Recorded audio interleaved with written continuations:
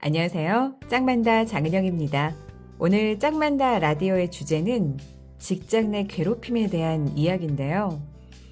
직장 내 괴롭힘에 대한 사례들이 정말 많습니다.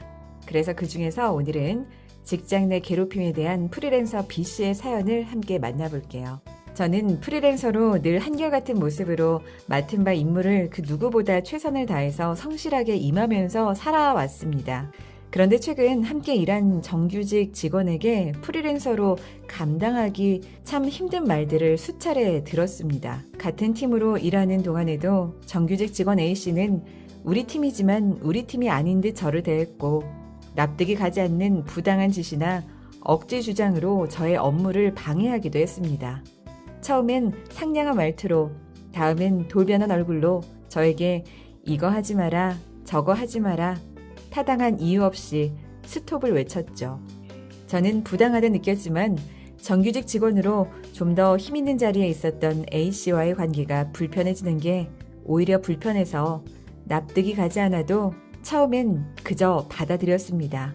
하지만 갈수록 이해할 수 없는 지시가 자꾸 반복되었고 그래서 그 이유를 물으면 그냥 이건 심란하다, 이건 귀찮다, 왜 하냐, 더 뭐 하려고, 하지 마라. 일하는 내내 제 멘탈을 흔들었죠. 힘이 빠지고 매일매일 마주치며 함께 일하는 게 괴로웠지만 꾹 참았습니다. 경력도 훨씬 적은 A씨였기에 저는 실력으로 좋은 성과를 내면 우리 팀이 잘 되는 거니까 그때가 되면 우리 팀으로 잘 유지시켜 갈 수 있지 않을까 하는 생각으로 참고 또 참으며 멘탈을 붙잡고 제 임무에 최선을 다했어요. 프리랜서로 그 자리를 지키기 위해서 그 사람과의 관계를 유지하기 위해 매일매일 애쓰며 마음을 다독이며 일했습니다. 그러나 그 프로젝트가 끝나가는 어느 날 저는 회사로부터 계약 종료 통보를 받았습니다. 그리고 그 자리에는 A씨가 앉게 됐다고 했습니다. 프로젝트로 인한 성과는 좋았고 공들인 프리랜서인 저는 자리를 잃었습니다. 그런데 그때 A씨는 저에게 말했습니다. 당신은 이 일이 취미 아닌가요? 전 정규직 직원이고 당신은 프리랜서니까 전 회사의 방침을 따르는 것뿐입니다. 저도 이 자리가 탐탁지 않네요. 그동안 너무 헤집어 놓으셔서 부담스럽네요. 저는 그 자리를 잃은 것도 충격이었지만 그토록 열심히 일한 자리에서 취미로 일한 것 아니냐는 그런 막말에 화가 났지만 꼭 참고 누가 일을 취미로 하나요? 저는 일이 절실했기 때문에 그 누구보다 더 열심히 했던 것뿐입니다. 하고 대답했죠. 그랬더니 A씨는 그래요. 난 정규직이라 일도 많고 힘들어 죽겠는데 당신은 프리랜서면서 항상 웃으면서 일을 즐기면서 하니까 취미 활동하는 줄 알았어요. 그리고 남편이 돈 벌잖아요. 이거 그만둬도 살 수 있잖아요. 아님 다른 일을 알아보세요.